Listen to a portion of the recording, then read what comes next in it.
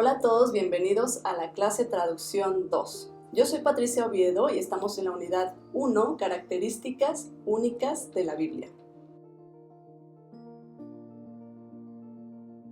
Revelación general y revelación especial de Dios. Algunos piensan que conocemos a Dios por medio de nuestra mente, usando la razón o llegando a conclusiones. Otros piensan que nuestro conocimiento de Él brota de la experiencia. Ambas alternativas tienen algo en común. El énfasis está en el ser humano. Estos criterios resultan en ideas subjetivas. Yo pienso que Dios es así, o yo siento que Dios es de esta manera, basándose fundamentalmente en la razón o en la experiencia. La manera de ver a Dios variará de una persona a otra. No obstante, si el Dios verdadero es el Dios de la Biblia, no debemos imaginar que podemos conocerle al subir hasta el cielo con nuestra razón, ni al bajar a lo profundo de nuestra experiencia. No lo podemos conocer según nuestra iniciativa, ni según nuestros recursos. No lo podemos domesticar de esta manera. Todo lo contrario, su palabra nos dice: porque como los cielos son más altos que la tierra, así mis caminos son más altos que sus caminos, y mis pensamientos más que sus pensamientos. Dios, el Creador, es mucho más alto que nosotros, sus criaturas, de modo que necesitamos que Él tome la iniciativa para darse a conocer, de manera que nosotros podamos entender. Si no lo hace, nos quedamos en la oscuridad. En su gracia, Dios se revela a nosotros. Nos explica cómo es Él, cómo actúa en el mundo y cuál debe ser nuestra respuesta hacia Él. Nos revela no solo información sobre sí mismo, sino que se revela a sí mismo. Es decir, su revelación es más que simplemente doctrinas comprendidas por nuestra razón, es también personal. Según la Biblia, la revelación de Dios son las diversas maneras en las cuales Él se manifiesta. Resumiendo los datos bíblicos, podemos hablar de dos clases: la revelación general y la revelación especial. La revelación general. Toda persona en el mundo recibe la revelación general. Es una revelación generalizada en el sentido de que se extiende por toda la creación. Diferentes textos bíblicos nos hablan de esta revelación. Por ejemplo, el Salmo 19 del 1 al 4. Nos habla de la manifestación de la majestad y la gloria de Dios que se extiende por toda la tierra y hasta el extremo del mundo. Dice que no hay lenguaje ni palabras, sino que son los cielos que cuentan la gloria de Dios. No se refiere ni a profecías ni a escrituras. Más bien, este salmo nos dice que la creación misma emite un testimonio acerca de Dios. El apóstol Pablo reafirma esta idea en Romanos 1. Allí explica que, desde la fundación del mundo, algunas características invisibles de Dios, como su eterno poder y deidad, se manifiestan en la creación. Sus atributos invisibles se hacen visibles por medio de las cosas hechas, de forma tan evidente que nadie tiene excusa por su rebelión delante del Creador. Los ateos suelen decir que no ven evidencia suficiente como para creer en Dios.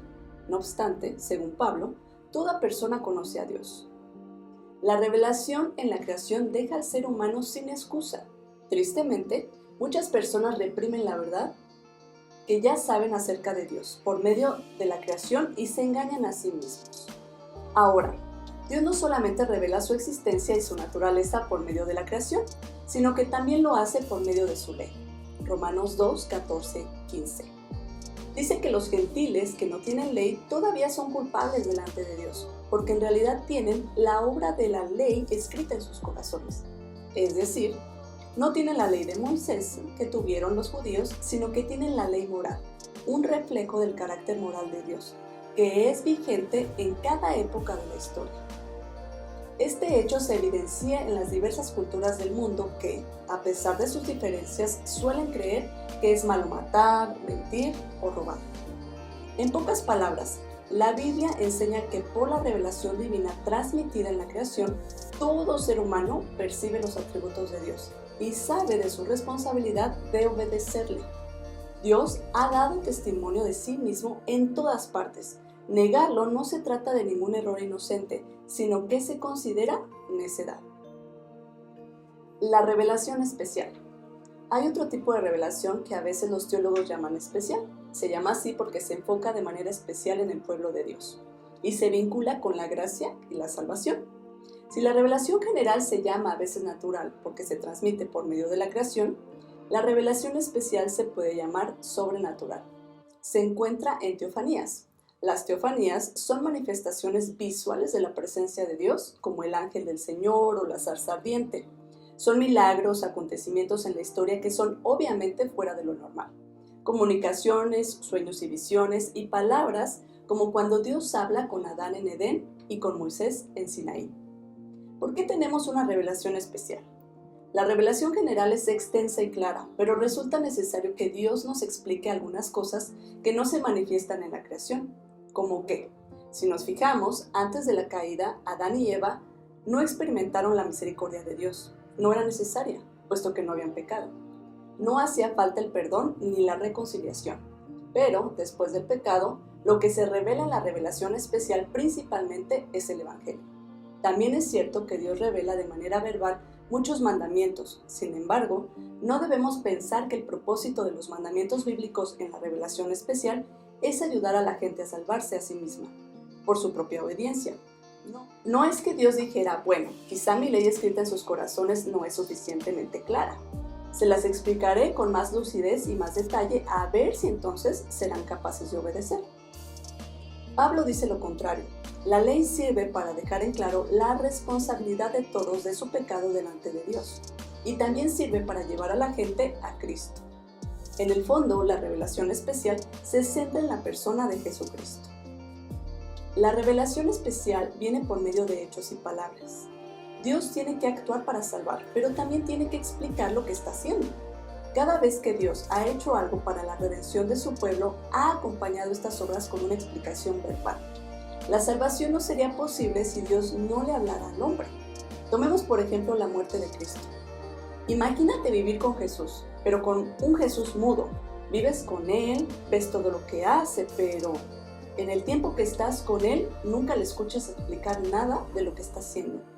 Camina sobre el agua, multiplica los panes y los peces, sana a la gente, pero no dice que es el Hijo de Dios, que es el Salvador de su pueblo, ni que su muerte es para el perdón de pecados. Cuando muere en la cruz, no serás capaz de entender nada del significado de este gran acontecimiento. Por eso hace falta la explicación verbal.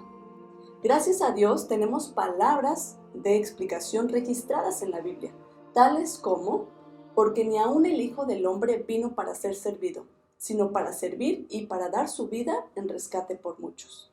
Nuestro Creador se ha revelado. Su revelación en la creación es tan abundante que podemos decir que nadamos en ella.